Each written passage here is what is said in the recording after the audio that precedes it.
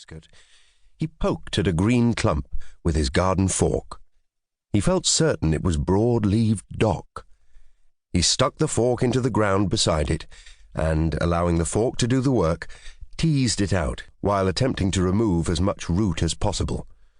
He shook his head disappointedly and ran a hand through his receding hairline. He'd been toiling away all morning in the baking sun and made little progress. "I should have left it to Lewis," he grumbled. "What was I thinking?" Skip, Fleming's yellow Labrador, raised his head and gave a puzzled look. He'd been sleeping in the sun, but had woken to the sound of his master's grumblings. "I'm making a mess of things, Skip. I'll have to swallow my pride and ask Lewis to take over." The job of weeding and dressing the garden borders should have been started weeks ago when the soil was soft, but he'd insisted he liked to do the work himself, and so it had been left.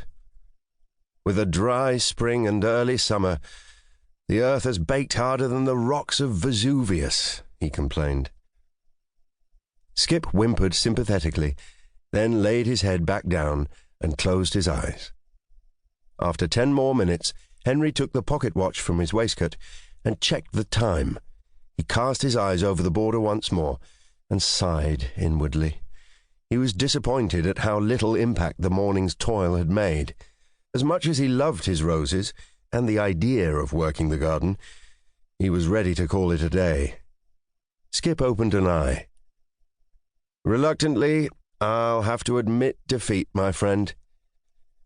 Too many of Mrs. Clayton's sweet treats have taken their toll." He chuckled and patted his waistline.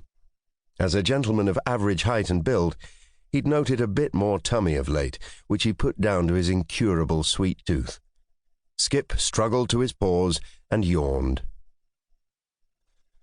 "I'll apologize and turn this over to the expert. Lewis will understand. It's apparent that despite best efforts, my talents lie in work that's less physical in nature. I should have listened to my own advice. As I've told you many times, my four-legged friend, a person should work to their strengths wherever possible." Skip listened intently, wagging his tail, as Fleming stroked and patted his hot yellow coat.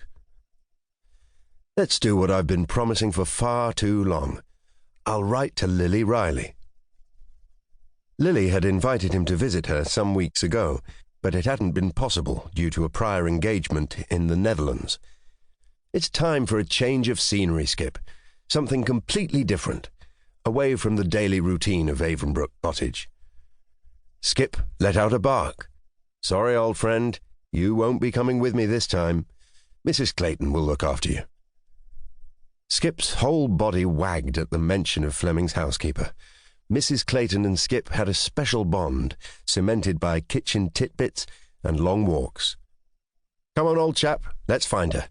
If I remain at Avonbrook much longer, attending to the never-ending list of chores I've foolishly set myself, I might lose my mind completely." He smiled at Skip and gave him a wink. "I have no doubt the rose garden will be completed while I visit my friend." He threw a stick for Skip. "You know something, old boy? I'm suddenly filled with immense cheer." Lily Riley sat on the bench in her front garden, reading a book on Egyptian mythology. From there, she could enjoy the sunshine, listen to the birds, and watch the back and forth on Fulbridge High Street. Not that there was much to observe today. With her maid on holiday, she was alone. Besides the postman and the baker's delivery lad, she had only spoken to 2 other people. Both were neighbours. Keith Bennett had little to say and was in a hurry. He'd waved and agreed the weather was delightful. Valerie Toussaint had stopped and sat with her for a while. Unfortunately, she had wanted only to discuss their business venture. Not only did Valerie possess a natural beauty that, even in her advancing years, could stop men in their tracks, but she'd been gifted brains as well, a combination that, for some reason, hadn't been enough for Valerie's ex-husband. "The money's on its way," Valerie had said. "Our investors at Whittingworth Foods are drawing up the paperwork. They told me once again how much they love the traditional English taste and brand."